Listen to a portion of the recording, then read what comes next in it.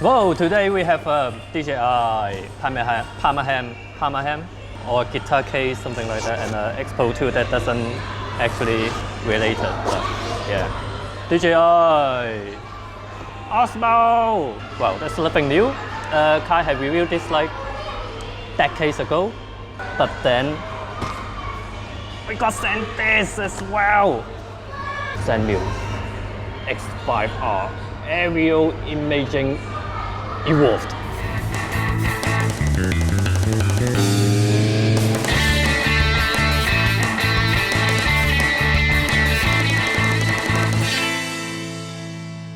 This was supposed to fit on a DJI Inspire 1, but with an adapter you can put it on here as well. Let me show you what's inside first. What? This is not a very good design. So don't open it like this. Shit. So bad as it bite. It's on the box bite. Well, what is this? This is a micro four thirds camera with gimbal attached. Let me show you. Interchangeable lens, micro four thirds camera. Go back here. Rewind. This is a micro four thirds camera, interchangeable lens. Micro four thirds sensor in there. Actually, this lens was this Aperture ring. Actually, this lens looked a lot like the Panasonic Leica 15mm f1.7, and it got an aperture ring. It looked exactly like that. But because on a gimbal you have to balance the weight or something like that, so you can't, obviously you can't put a 300mm on it. And they got a list of lenses that are compatible with the Osmo. Well, not Osmo, the X5R. DJI also sells an X5, and the difference is that the X5R also has the ability to shoot in RAW, both in photos and video mode. And when you shoot RAW video, you have to use this SSD drive. So with a separately sold adapter, you can put this monster into the Osmo. And of course, it do much better dynamic range. They claim 12.8 stop dynamic range. It looks like some spaceship or whatever, like Star Wars B-wing, something like that. Choo, choo, choo, choo. So we wanted to test out the gimbalbility of the Osmo's gimbal, so we made a trip to Ryze where there was plenty of trampolines, bouncy things and little people. We are trapped in. Now let me start with this first. Something immediately better than a GoPro is that it got much more menu setting, like you can put it in auto or you can put it in shutter priority, which will be good for video. Set it to 1/50 of a second. ISO leave it auto, and you can also set the exposure compensation as well. It shoot 4K in 25 frames per second, and you've got D-Log. And for our first gimbalbility test, we found a mini reader to help us with our gimbalbility Osmo test. Alright, I'm rolling! Now, as you would expect, the Osmo is as stable as gimbals go, even whilst Locke is moving around on the trampolines. It's even as noisy as you might expect given its small sensor, even inside a well-lit venue.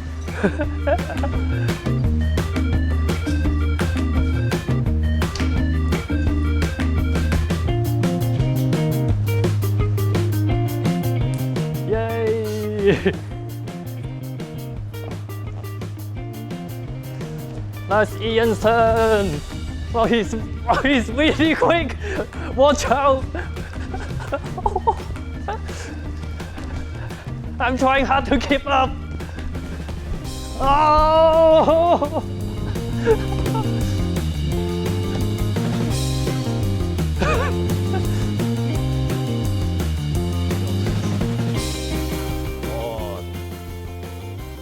The B-wing's on. ready to kill. Now this one actually got aperture, so you have shutter speed priority, aperture priority, and manual. The usual Osmo, that's fixed focus. This one you really actually have to focus. You can use manual focus.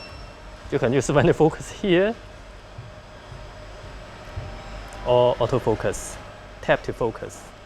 The autofocus is not that perfect.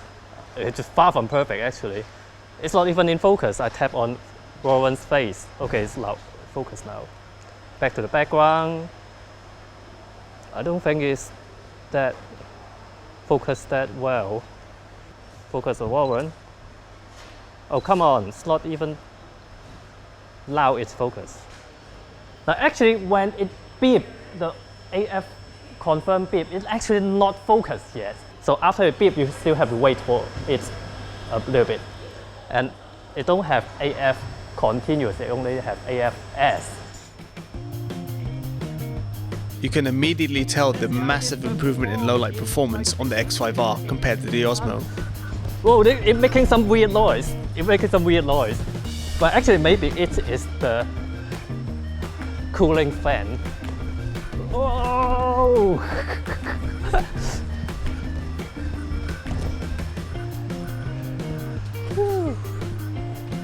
Ian, it's your turn.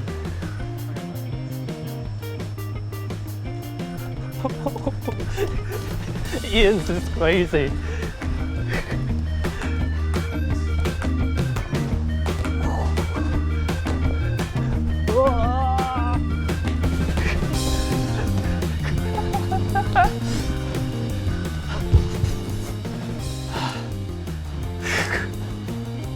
Since there's no real elegant way for you to run and focus at the same time, one cool thing you can do is have your friend focus for you remotely while you run and do all your camera shit.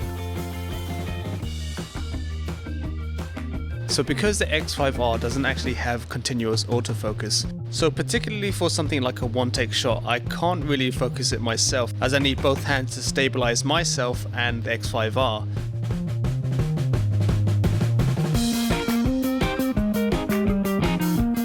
However, the downside to this is that I have no bloody idea what I'm shooting, so I basically have to rely on my instincts.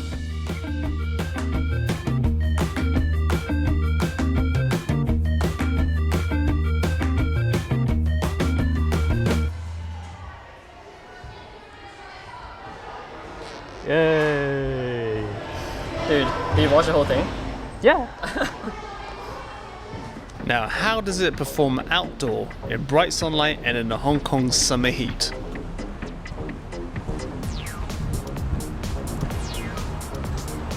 Obviously, this is really stable.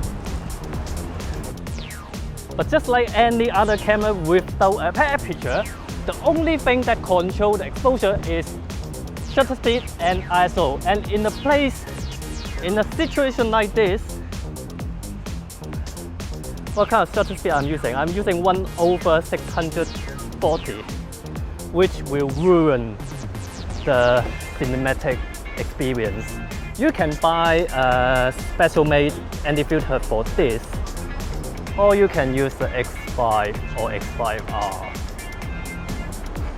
It's a proper camera here, it's a proper micro four thirds camera, so it got aperture to bring the light down. So you can still shooting at 1/50 of a second. Now I'm using f13.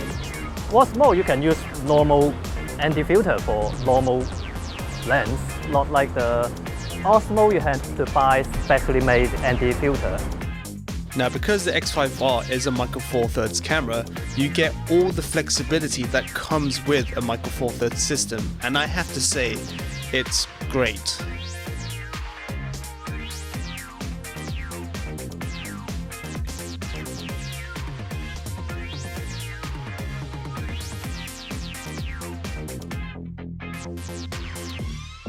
And because this was originally made for the Inspire 1, you can even use it in its most natural form, which is upside down. Well, actually it's the right way up, but it's upside down. Anyway, it's pretty damn good for low angle action shots like this.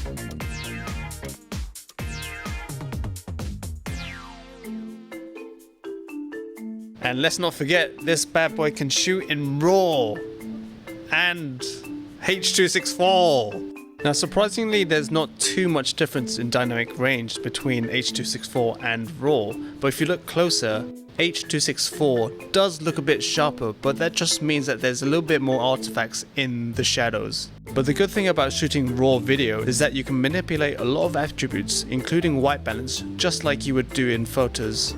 The DJI Osmo is good for like run and gun, action stuff, things like that, vlogging.